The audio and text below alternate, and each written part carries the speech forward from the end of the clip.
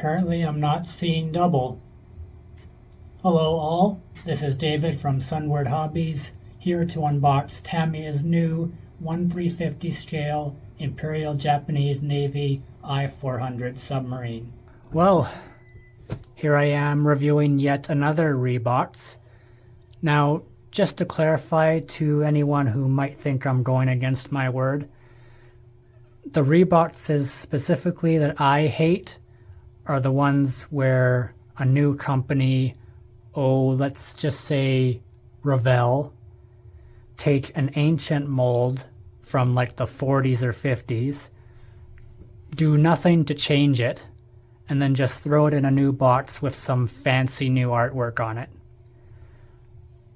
Reboxes that I don't mind, however, are ones that either are in a new variant or add something. So in this case, Tamiya took their I-400 submarine model, which isn't that old, I believe, maybe at the most 5 to 10 years. The model is pretty much the same, except with this new release, they give you this interesting addition here where the hangar of the submarine is all in clear parts, so you can see through it and see the three Iachi M6As docked in there. And yes, Japan figured out a way to fit 3 full-size planes into a submarine. Anyway, on top of that, you also get some photo etch railings, and you even get some 350 scale crew members. And yes, that is very tiny. Okay, well, with that out of the way, let's take a look inside. So, first thing we got here is the hull of the submarine. It's 2 halves taped together. They already go through the trouble of painting the lower half red for you. And of course, since this is a submarine, there will be absolutely no interior detail. So basically all the effort would be on the exterior. And a brief history on the I-400. The Japanese, I believe they put this into commission in late 43 and used them till the end of the war. These were the largest submarines ever produced until those big nuclear submarines started coming out in the 60s. And basically all these would do is dock 3 M6As in their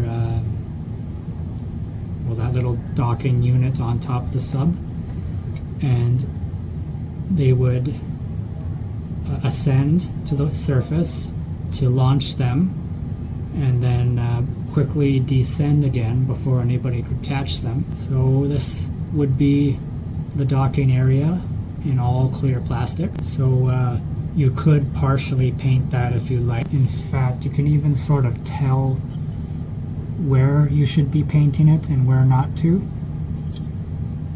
There's this little, I want to say, fogginess that separates the two. This next clear sprue is the M6As. You get 3 of them. Wait, do you get 3? Well, it's more like 2. Well, maybe the instructions will clarify that. And I don't know how they achieved this, but those aforementioned crew members are molded in plastic.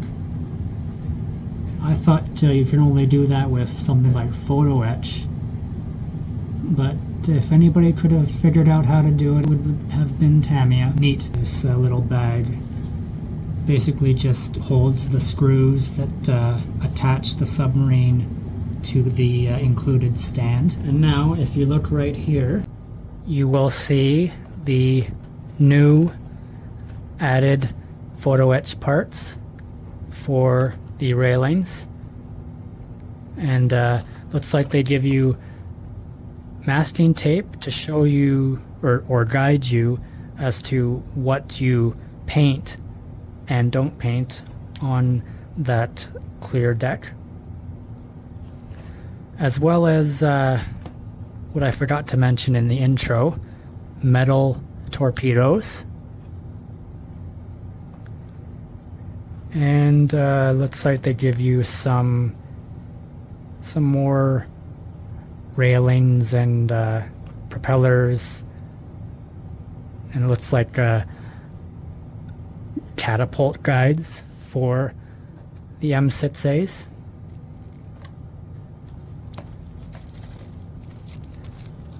And here's basically what I believe is the last sprue here. Just some additional parts such as rudders, machine guns, and it's Tamiya, so I'm not going to bother gawking over the details. I've done that enough already. Then this whole plastic card lifts out to reveal the stand.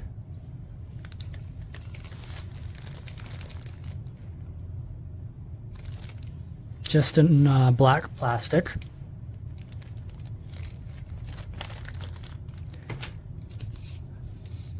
This, which carries the metal nameplate inside.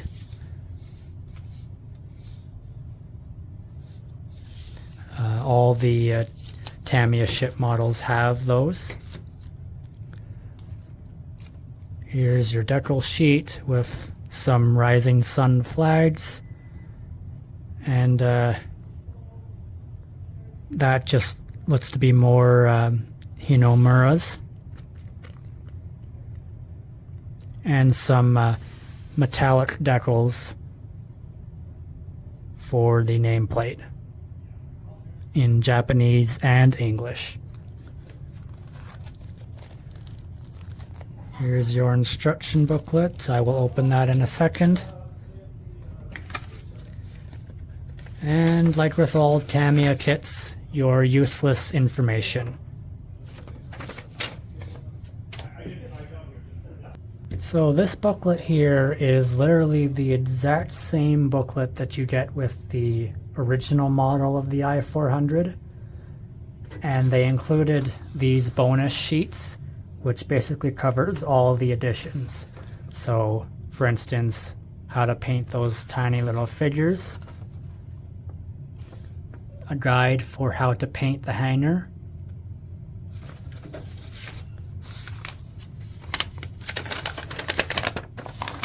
and this fold-up sheet basically covers the rest of it.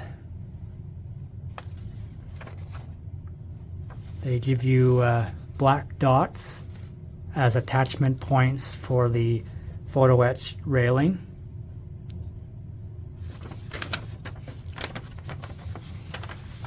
And then, yeah, there's all the work you gotta do folding and curving and bending those rails.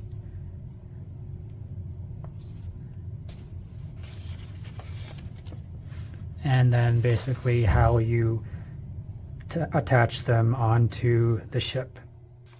So now here is the proper instructions.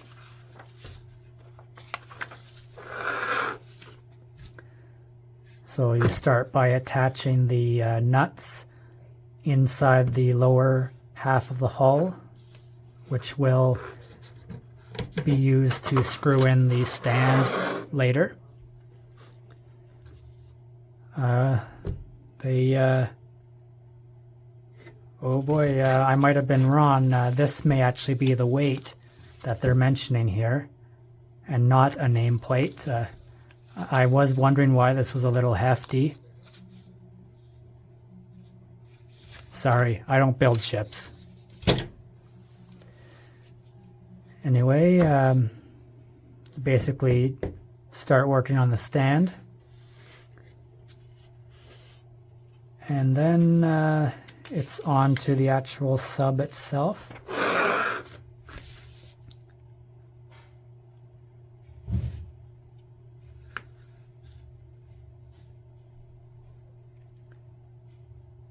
So this would be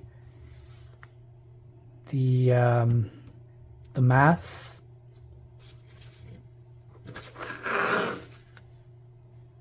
and then you attach the crane right here. That would attach itself to the M6A spin, and then safely drop it in the water for takeoff.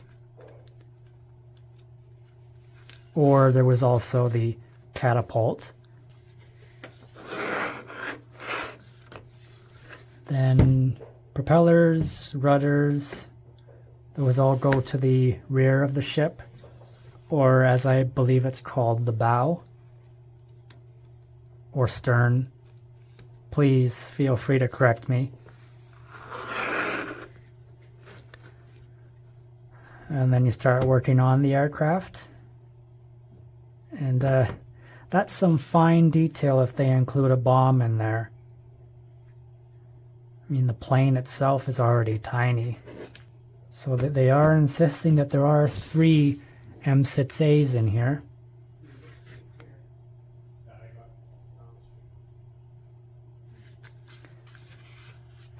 And they do give you apparently an extra one with its wings extended for display purposes. Here is the hangar tube with the Type 96 machine guns.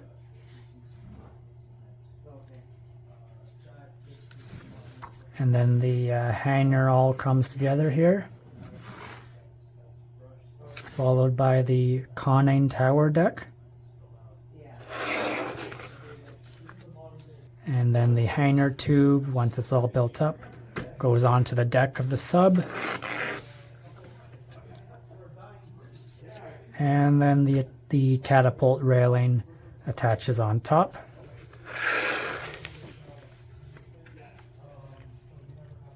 And then basically you got a few extra bits here and there.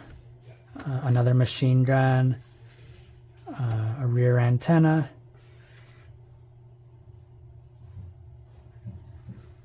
and you have the option to put an M6A with wings extended on the catapult. Now, this just looks to be, I guess it's a guide to show you how the diving rudder should be positioned, either horizontally or on a upward or downward trajectory.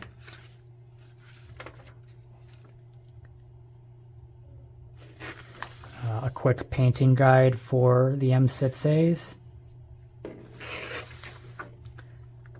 And just for fun, they include all the quarters of the interior of the sub, which you will not build. And at the back, we've got our paint markings for one ship. In conclusion, these twins are very lovely. One might have more to offer than the other, but that's okay. They'll both love you just the same. But don't confuse the two, or they'll be upset with you. Anyway, you can pick one up for yourself, either the Rebox or the original, at Sunward Hobbies, in-store or online. Thank you very much for watching. Remember to like, comment, subscribe, follow us on our socials, chew your gum, and until the next one, adios.